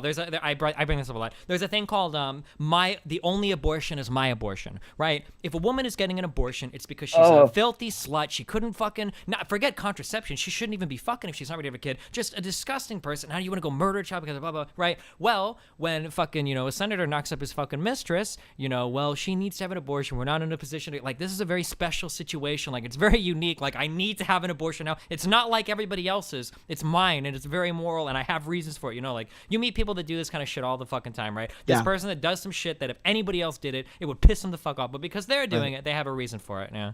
Right. And I mean, like, I'm just upset with. I personally am so upset with slut shaming. Like, the reason why it bothers me a lot now is like, man, if I were a girl, I just feel like I get hot as I would just do whatever it took to get hot and then fuck everybody. Who cares? Like, why? I mean, dude, I feel the same way, man. People. That's a privilege. That's why I got so mad about you at the booby stream and thing. Like, dude, if I was a fucking chick with a set of D's, man, dude, my cleavage, I would be wearing V-necks every fucking day, dude. That's what I'm saying. Like, I am thirsty. I am also desperate, and to most gays, I'm ugly. If I were a girl, though, right, and like, I see all these thirsty guys, and I'm into like bears, and I'm into bigger guys, which is pretty much everyone that goes to BlizzCon. And so now I'm thinking like I would just get fucked by every single person in that convention. Sure. And then what? Becky's gonna be like, "You're a slut." Yeah, bitch. Like, I'm gonna start making moves, dude. I'm fucking up there. I don't know why I'm so passionate about that. Well, I think it's really important to be careful with what you're saying to bring it back to a little bit reasonable level, right? Something that you have to be careful, right? When people say things like it's easier for women or black guys or minorities in gaming, right? That's true. It's an objectively true statement, right? But you have to make it there first, right? And all the struggle to get to that point is what's so often missed, right? Like, for instance, like a black guy, getting big in a gaming community, like, that's great, and he probably got a lot of benefit being black, but like, all throughout their life, they had to deal with struggles that are unique to black people that a white person could never really empathize with, right? Like, as a white person, you're never told, like, what you can or cannot do. You never think, if I'm walking down the street and I see a cop, like, that's a dude that I can ask for directions, not a guy that's about to beat my ass because, you know, I'm driving a car that looks too nice or, you know, my pants are too baggy or some shit, you know? Like, the experiences that you deal with that lead you up to that point, I feel like people are really quick to write them off. You know what I mean? But that's because but I think that's just the epitome of intersectionality, because they're not, these are just unprovable things. And the thing is, I have seen, right, police brutality. Like, I mean, I've not seen it like firsthand, but I've seen discrimination in some sorts. And that's why I never really like to question it, ever. Me personally, when a cop pulls me over, I'm going to hit on him because I'm super just pathetic, right? I have no other excuse. And if it's a girl, I lose. If it's a black lady, I'm fucked because my sister's black and black women scare me. Dude, I was gonna say it, but you said it, so no, I'm just kidding. Yeah, no, anyway, oh god, I've watched enough black stand-up comedy. That's on Reddit tomorrow. This coon thinks that's we're not a cool scary. thing. That's fucking dude. That sucks shit, man. If you're a black woman, you're hated by like every fucking demographic in the U.S. I don't hate them. I'm just, don't get mad at me. Like, my mom is black, you know? Sure.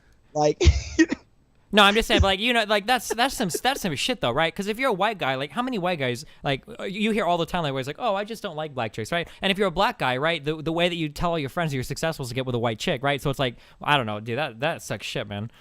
Oof. No, yeah, no, I mean, it definitely sucks to be typecast that hard all the time. Like, I get it. I mean, that's the worst. And I think that I've definitely done it to myself too, is where you play into these stereotypes, and at first you find it fun because it's your comfortable space and it's who you are, and then it becomes your niche, and you realize so quickly, like, oh wait, like this isn't what I want, this isn't what my brand is. And man, I don't really know how to fix that. There's just so many issues, but I am going to go drink alcohol. I want to thank you for having this talk with me. I know that I'm learning how to better convey myself. It's been very hard. I already told you why. And I think this was really good. But before I go, I want to put a pin in the Jontron thing. I'm going to just finish that right now. Or at least try to, as the last discussion topic. Hopefully your audience, you guys will forgive me for dragging this on for a bit. So I think when it comes to discrimination, it's relatively ignorant to say that it doesn't exist at all. I think that some discrimination might be over-exaggerated, but that would still bring it into existence. I think that John is upset, but for a different reason than what you said. I think John's upset because recently, especially, everything he's been saying about politics has been written off because he's like a quote white male, and he has all these white privileges. And he also says a lot of really dumb shit. Oh, okay. I know we're getting there, right? Sorry, I know. It's a process. Yeah. But okay, so how much of it do you think is John just being very frustrated and angry that he's being written off no matter what for just being a white male? Do you think that exists somewhere in a space? Oh yeah, for sure. I mean, you saw this when you messaged me, right? I was getting a ton of black people tweeting at me because of that. What I was talking about, like, one clip got taken out, and I have literal, like, black people, like this dude from Twitch with like 20,000 followers, like, DMing me, like, dude, why are you fucking racist piece of shit? It's like, the fuck? I was just talking about voter ID laws in North Carolina. Like, what the fuck? Yeah, it happens, dude. Yeah. They gave me that video, and I was like, I mean, this was before we were even like talking at all, and I was like, okay, I don't think Destiny, I don't think that he's this is out of context. Yeah, dude, I wasn't about to go full Jontron, you know. Yeah. Okay. I'm just kidding. Look, he's still almost my husband. Actually, Richard Lewis really is my husband, but that's later. Sure. But yeah, no, I guess I'm asking, like, I also just don't think that he's stupid. I think that he's intelligent. He might be bad on the spot. I don't know. But I just, maybe it's my ignorance and maybe it's my bias. I don't want to believe that he's stupid. I want to believe that what he's saying stems from frustration. Oh my God! Oh, one more really you good have thing. more? One more really good thing. He said that Oh, when no. we were talking about crime, I was talking Oh, about no, no. because it was with the black kids, and I was like, Oh, there are God. reasons people come here. And he said, and Jontron goes, "Did you know that wealthy black people commit crime more than poor white people?" Oh no. And I was like, Stephen. I didn't even have a stat for it because I've never heard. So I was like, not- no, what? That's And he, not what and was he said, said. and he said, it's a fact. Look it up. I think that's on No. live stream fails right now. No. But I'll No. let you sift through that. Okay, maybe he misspoke a lot. No, did he? Were you saving that in your back pocket? What? To Oh just- no, I didn't even remember. Oh. Oh wait, here you go. This might be it. Oh, So you have a link. to- Oh God. No, Let no. me listen. Bear. Maybe it wasn't that bad. Hold Yeah, on, let let me me- listen. Wealthy whites, yes. Sure. To wealthy whites, yes. Sure. You're correct. Okay, so do you think that poor blacks Bear. probably commit more crime relative to wealthier black people? They do. Wealthy blacks also commit more crime Oh. than poor whites. That's a fact. Wait. Oh. Yeah, look it up. Oh no. Give me a sec, I gotta No. go. He doesn't. So does he That's think that like different. Obama is like out at night, No. like robbing 7-Elevens with Michelle now? No. Or like this- Will Smith is taking Jaden and they're out fucking like setting fire to some fucking dude's house. No. He didn't say. He said look it up. No. He's. That's a fact. Oh. All right, listen, dude. Go if you want to drink whatever. I'm gonna hold you from here. No. I mean, I don't like. No. I'm actually really sad. I don't. No. It's fucked No. up, dude. But Let me- people buy wait, into let me these finish the narratives, clip. dude. It's Let me fucked. finish the clip because I didn't finish the clip, so there might be more. Let me hold on. Okay. Listen. You're saying, do you think poor blacks? Okay. Wealthy black. Oh. Then poor whites. That's a fact. Your face. He said, look it up, and he laughed. Okay. There's drinking water. There's more to this though. There's like 8 seconds left. I couldn't go on. I stopped that line. I couldn't do it, dude. I had to drop that line of thought.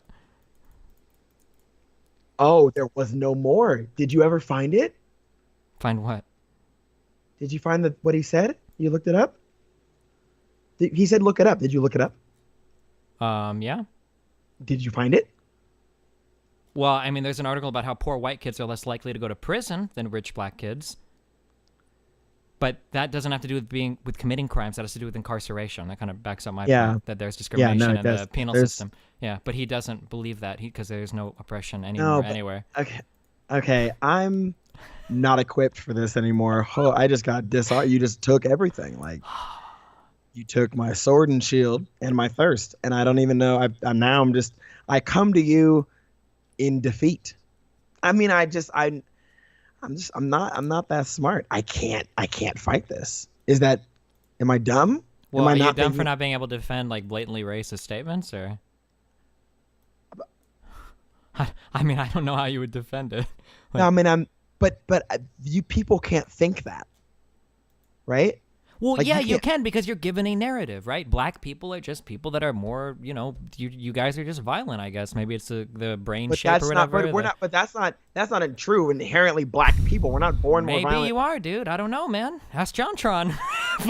Oh, I'm getting bodied. I'm actually getting. I don't bodied. know, man. Sometimes I wonder, dude, because he kept saying like, well, look at Africa. Oh no. Yep. No. I don't. Every time I would try to like nail him down on an issue in the United States, like, okay, well, like leading indicators of crime are being born to single parent households. These are really bad. And he's like, okay, well, why does this happen in Africa then? It's like, fuck, dude, that's a whole different fucking continent with a whole different mess of problems. Like, we're not talking about that. He's like, well, black people seem to have the same problems in Africa and the United States. So what's going on? I was like, oh, fuck, dude. Oh, come on. Let me be real. Like, yeah, there we go, dude. No, they don't. Yeah. Don't like. I no longer like this.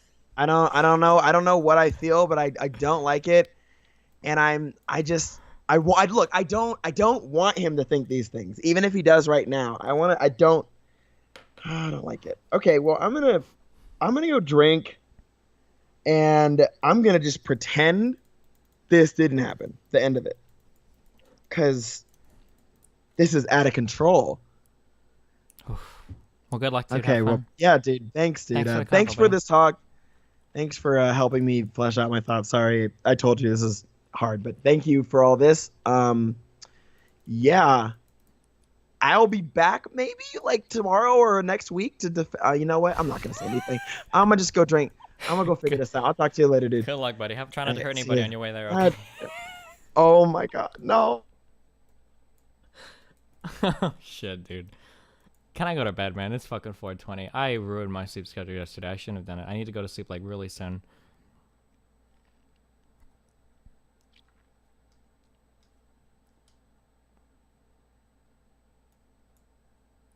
And now that Mr. Matuker retard is fucking tweeting and all of his fucking fans are out here. Oh god, dude, fuck my shit. I can't handle this many people at one night. It's too much for me, dude.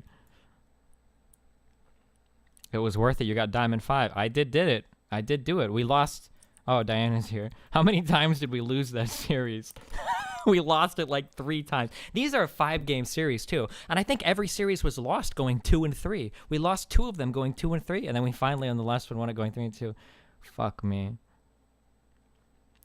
I can see why people have trouble debating you. You're a turbo artist who sets up dumb hoops for people to jump through. People keep saying that when I'm talking to people, I'm trying to like turbo debate them down. I feel like the majority of my conversations, and I guess tell me if you think I'm wrong, I feel like the majority of my debates with people is usually me asking them questions to try to feel like I understand what they're saying, right? And usually people, what I've noticed when I'm talking to Trumples is, no offense to you guys, but you usually hang yourselves by your own words. Like, most of my conversation is just asking you to clarify what you mean. Like, what do you mean by this? Well, what do you mean by that? Well, what about this? Well, how about that? Like, very rarely, I think in my conversation, very rarely am I shoving my agenda down somebody's throat, or I'm telling you, like, immigrants do not commit more crime, blah. Usually I'm asking, like, well, if you think this, then why is this? Or if you think that, then why is that? Why is this? Why is this, right? If you're the one that has trouble coming up with, like, any answer to anything, that's on you, dog. That's not on me. Like, I can't help you there. Like, would I ask, like, how many times did I ask Jontron, like, why is it so bad if white people become the minority? And he keeps saying, like, oh, you're hopping around. He could never answer that question, right? He never really had, like, he kind of would go off into, like, tribalism, which we kind of, you know, like, kind of proved wasn't maybe as important as he said it was, but, like...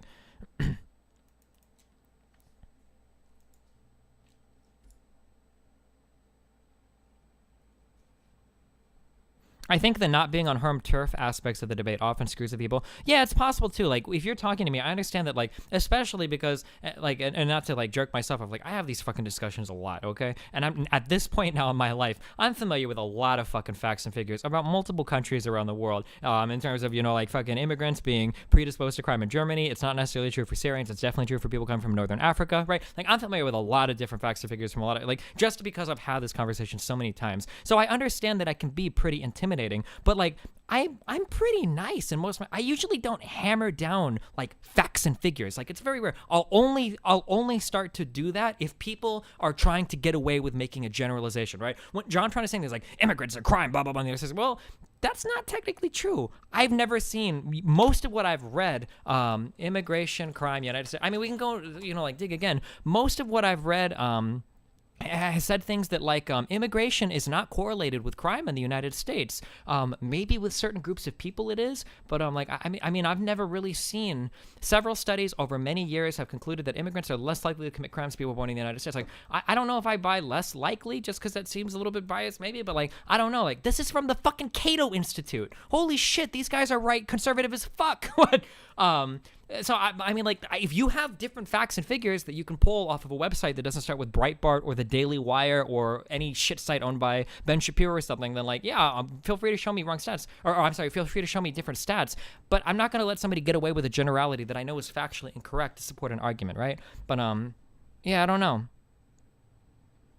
Destiny, it's because these people come in with an A because C argument, and when you attack B, they don't know how to justify A. Yeah, I agree with that. Typically, people have a lot of half-baked ideas. So they'll come in with, like, immigration is bad because it destroys the economy, and we want to have a good economy for the United States. And it's like, well, that's not true. There is no economic argument against immigration. That actually doesn't make sense at all. And they're like, oh, and then they have to find other reasons why immigration is bad. Otherwise, their entire argument falls apart, you know? Destiny, well, one point of your comment on Christianity was factually wrong. The New Testament actually does not encourage circumcision like Judaism or Islam. Oh, maybe it doesn't, but in the Western world, or at least in the United States, Christians are the big dudes on circumcision. I don't think there's anything in the New Testament about circumcision. I could be wrong. I don't remember reading anything about it when I was in fucking Catholic school, but...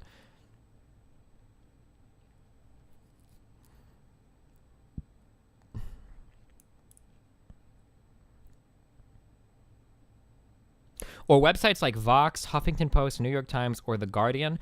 Those sites are not on the same level as Breitbart. I'm sorry, but Breitbart does not go on the level of Vox or even Slate or even BuzzFeed. I'm sorry, but these sites exist in a lesser domain. Breitbart is literal. Like, if Breitbart was erased from existence, you would lose nothing of value. They contribute nothing of value. A lot of the articles are just factually misleading. Will contain blatant, like, factual errors. It's not a good site. There's nothing of value. Like, you can read certain publications and acknowledge there's a bit of bias in their publishing, but there's nothing of value that comes from Breitbart or like the Daily Wire or whatever. There's just nothing there of value.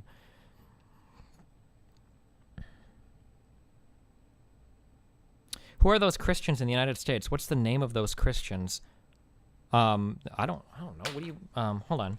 Religious hold on. Christians, circumcision, United States. I guess I could be wrong. I don't know. Let's look it up. Christian parents and the circumcision issue. Religious male circumcision.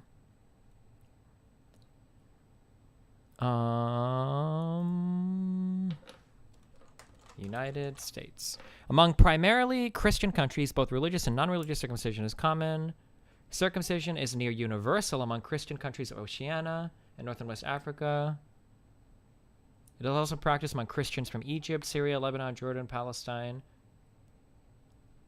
Circumcision is rare in the Christian countries of Europe and South America, but for some reason the United States still does it. Why?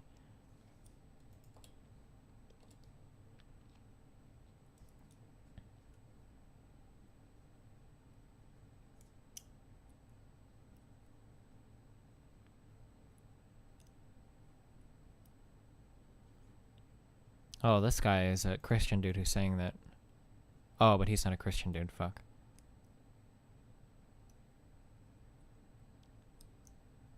Circumcision rates vary widely in the United States. It's literally Jews. I'm not even memeing. Isn't it like 60% of Americans are circumcised? I don't think we have that many Jews, do we? Am I going to see a picture of like a baby dick pop up or something?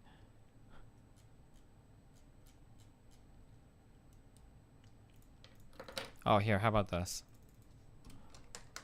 Circumcision by state, United States. Jesus was circumcised. Jesus was a Jew.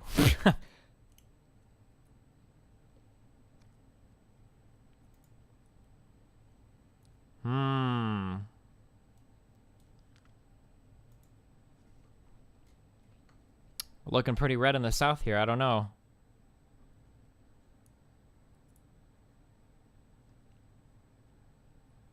No data. What the fuck does no data mean?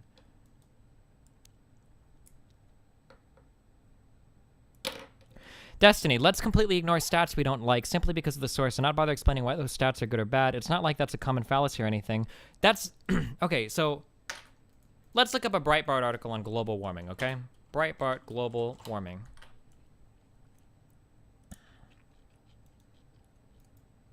Global temperatures plunge. Icy silence from climate alarmists. Global land temperatures have plummeted by 1 degree Celsius since the middle of this year, the biggest and steepest fall on record. But the news has been greeted with an eerie silence by the world's alarmist community. You'd almost imagine that when temperatures shoot up, it's catastrophic climate change, which require dramatic headlines across the mainstream media and demands for urgent action. But when they fall even more precipitously, it's just a case of nothing to see here. The cause of the fall is a La Nina event following in the wake of an unusually strong El Nino. So, like, articles like these don't offer any value, okay? I mean, we can read the rest if we want. Yes, indeed. I recommend the sober assessment of the situation written earlier this month by Dr. David Whitehouse, science editor of the Global Warming Policy Foundation.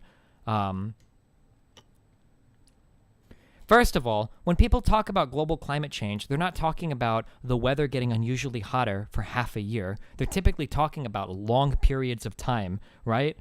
We're not worried about climate change because for 6 months the temperature got warmer. It's because of a very sharp trend we've noticed that there's been occurring at an accelerated rate over the past 2 decades.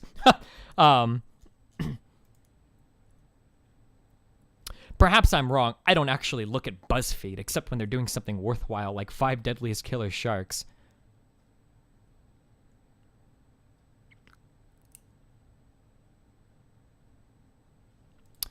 It resulted in a slew of hottest year ever stories from the usual suspect, as I patiently explained at the time, here, and here. This wasn't science, but propaganda. If you're a reader of Breitbart or one of the skeptical websites, this will hardly come as news to you. But of course, across much of the mainstream media, and of course on all the left-leaning sites, these hottest year ever stories were relayed as fact, and inevitably were often cited by a host of experts on Twitter as proof that evil deniers are, like, anti-science and totally evil, and really should be thrown in prisons for sacrificing the future of the world's children by promoting big oil-funded denialism. So does this guy think that, like, everybody that, like, works for NASA and shit is also, like, bought off? Like...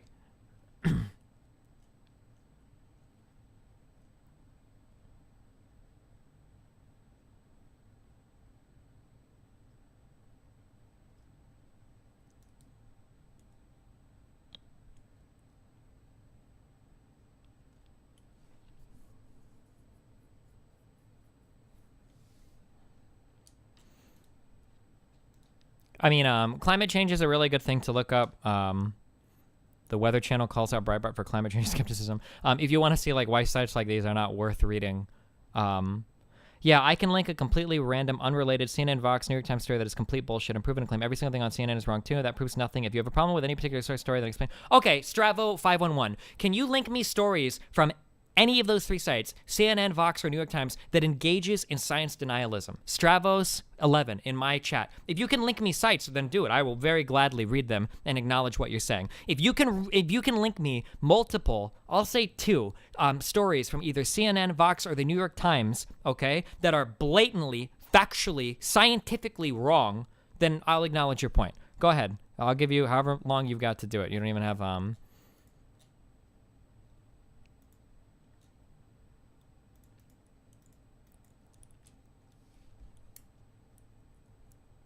I can think of some pretty bad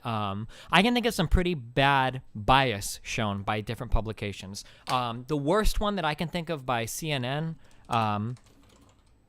is the not really misquoting, but this cut from CNN is really Family bad. and friends holding a vigil marked by prayers. Thy kingdom come, thy will be done. With his sister calling for peace. Don't bring the violence here and the ignorance here. Milwaukee police They cut that voice off there, but what she said immediately after was take that shit to the suburbs, right? Which sounds pretty bad. Like it. I wouldn't want that bitch on my fucking news station, right? I wouldn't have that shit here. But I mean, they cut it off there. Like, I mean, that kind of shit definitely happens. I won't deny that happens. I think that it's important to get your news from a variety of sources because that kind of stuff can happen. But this is the argument that I'm making. There is a level of difference between these kind of like half quotes and bias versus like full on factual inaccuracy, right? There's like a difference in what's going on here, right? Change your thing so that it's not so bright. There you go, buddy.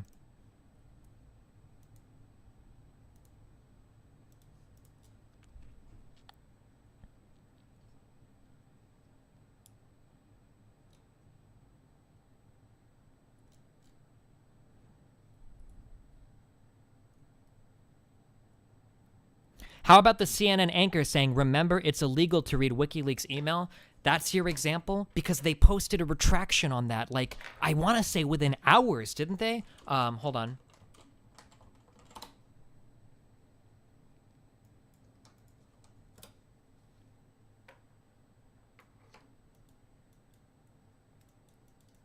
No, fuck. Let me see if I can find this. I remember reading it on CNN, where they posted that the statement was incorrect.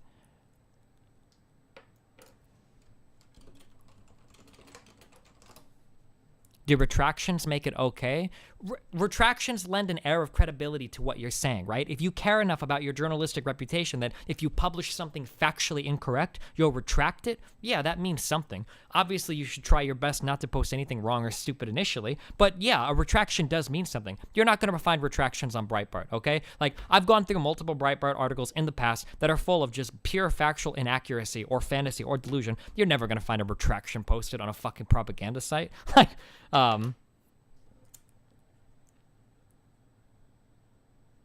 yeah, Destiny, simple test. Have these cucks put link a single Breitbart retraction. Retractions are important.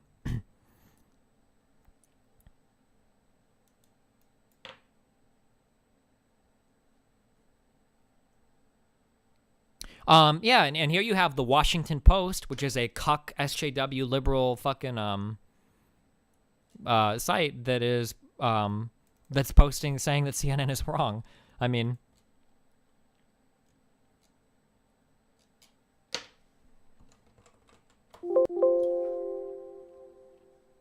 maybe they just never get anything wrong. Maybe. Maybe, dude.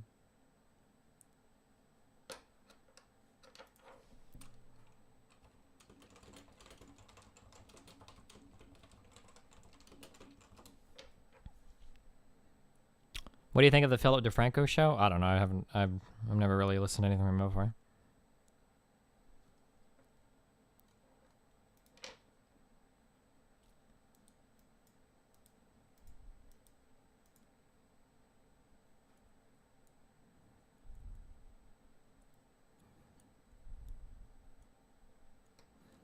Oh, maybe Breitbart does do retractions. I guess when they totally invent a story, they do a retraction. Breitbart issues correction after publishing false story about conservative rival. Breitbart wrote a front-page story Monday accusing the founder of fellow conservative website The Washington Free Beacon of making comments that were actually made by someone else entirely. Nice fucking meme.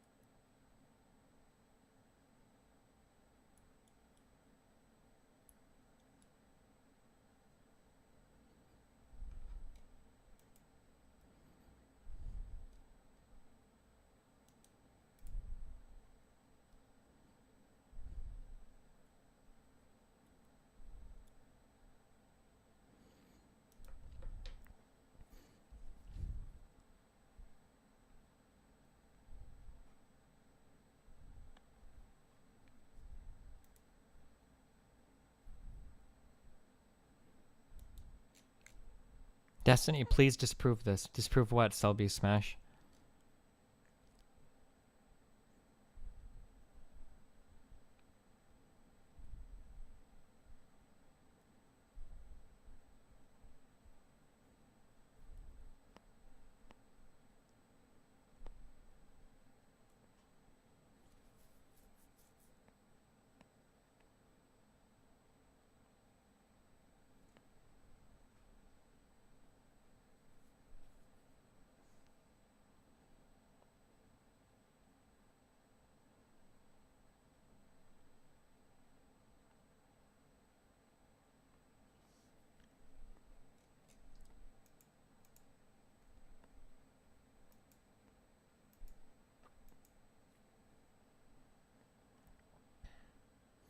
Have you seen any videos by Andrew Breitbart? I liked him much better than I liked the site today. No, I don't know, dude. That site seems like it hardcore just pushes a narrative.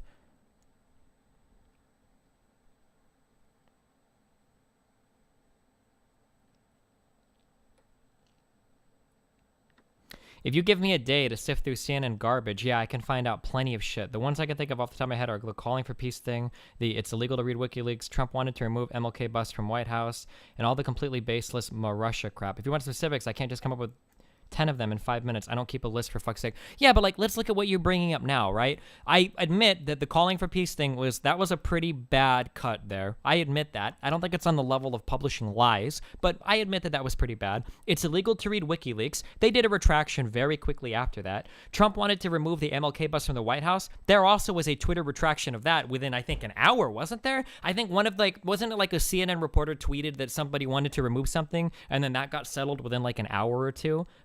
That was like a really quick thing. Like, I'm talking like full-on levels, like articles worth of science denialism. Like, can you not? My problem is that like I follow the news like fairly closely, or at least I have over the past 6 months. Like, I feel like if you're gonna come and say that like all these sources provide like absolutely debunked fake shit, like you should have like some better examples than small things that were retracted very quickly. Like.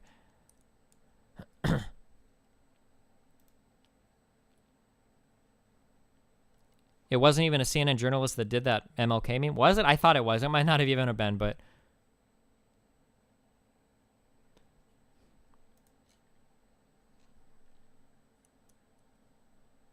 If they have to retract shit so often, why are they credible? CNN doesn't retract shit that often. It's...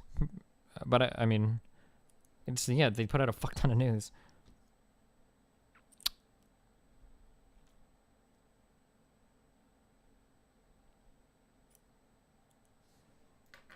When did CNN issue the retract? I don't fucking remember, dude. Maybe it was a fucking video. I know I either saw this or read this, because I remember it. It's filed in my brain. But I'm not going to be able to find it. Somebody can find it in chat, dude.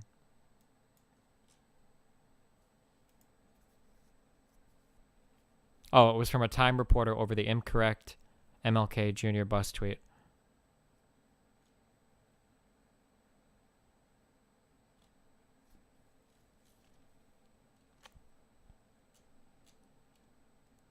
Oh, look, Spicer even accepted the dude's apology.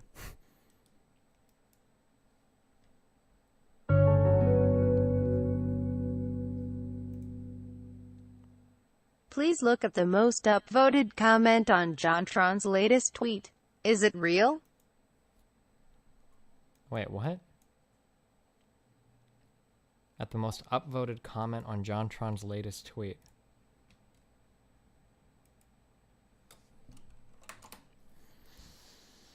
How do you upvote comments on a tweet?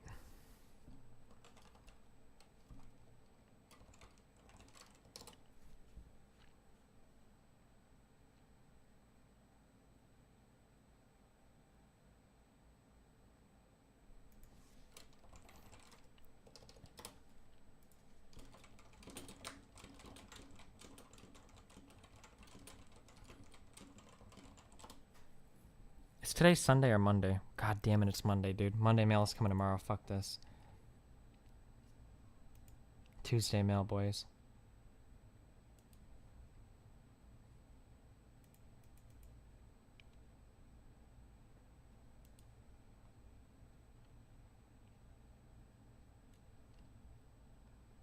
I think he means this. I thought you did great. Destiny couldn't keep to a point. Oh, nice. Okay, I think I'm good. I'm going to sleep. Destiny, do we accept / believe that white people will be a minority in a few upgrades? Does this not seem a bit irresponsible? What if after they become a minority, they start champing out? What? Destiny, do you think this is bad? That America already is great, but we are great because we are good. America's great. All right, so I want to ask you, what was it about Hillary Clinton's argument that resonated with you following Donald Trump's defense of the video? She stated that America is already great, and I tend to agree with that. Though we are slow in progressing in a number of areas, I don't think that like the little video clips like these don't really prove anything. I don't know if she's like reading her like the last of what was said because they cut the video off, or if she's reminding her of what she said for like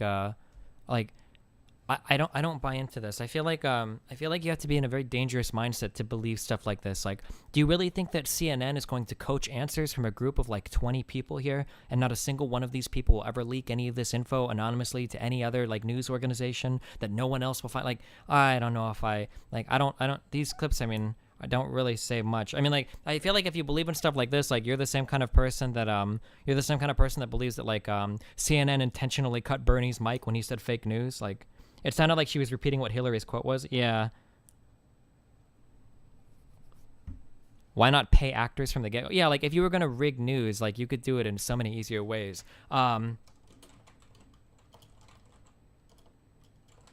This was another one that a lot of the alt-right Trumples...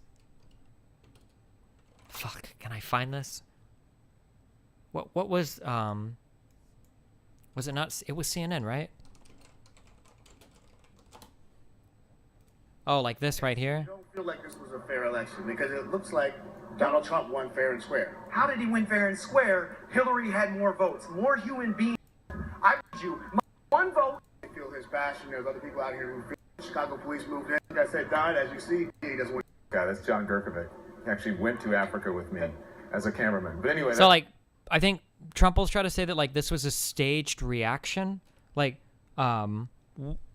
why? First of all, there were people that were legitimately outraged that Trump was elected president. Why would you have to stage that reaction? Secondly, if they were staging it, why would they use a cameraman that somebody might recognize, or even, like, why use a cameraman at all? Why not just pay another actor? Thirdly, if it was staged, why wouldn't they fill in the anchor so that he doesn't blow the cover? Like, I feel like when people start to get into this shit, they're, like, starting to reach a lot. Like, I mean, obviously he's a camera work from it. He probably had a strong opinion. Maybe he was in the area. Maybe he knew this reporter or whatever, so he could get on camera. Like, I don't know. That seems like... I don't think it's staged. So many people in Seattle. Yeah, like, the fact that, like, Trumples would even go is, like, they got an actor to say this. Like, do you really... There are people that, like, would fucking want to kill Donald Trump in America. Like, do you think they had to, like, pay somebody to give a bad opinion about Donald Trump? Like, what the fuck? Like, you could find any comment about either side. People saying bad things about Trump or Hillary, like, on either side. Like, what? But, okay.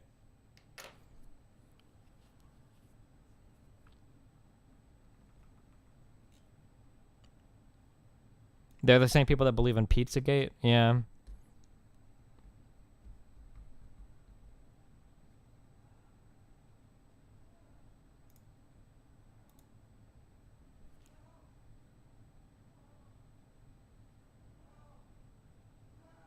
be back 1 second.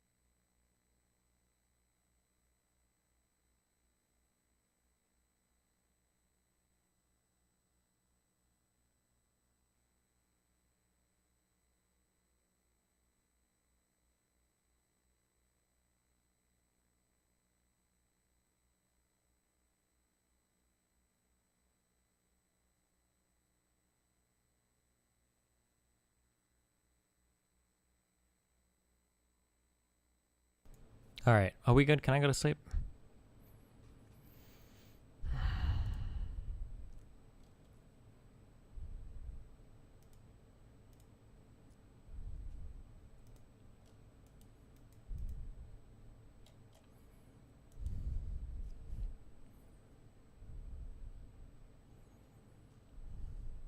Do you think you would ever debate Milo or Ben Shapiro? I think it would be interesting.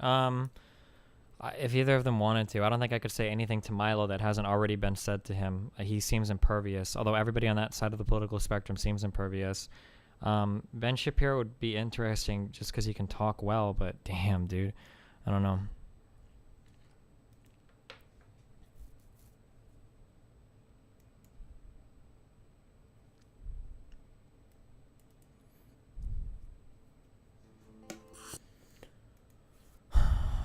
All right. I love you guys. It's been fun. Stay safe. Ripperino, cappuccino, puppuccino. Peace out, guys.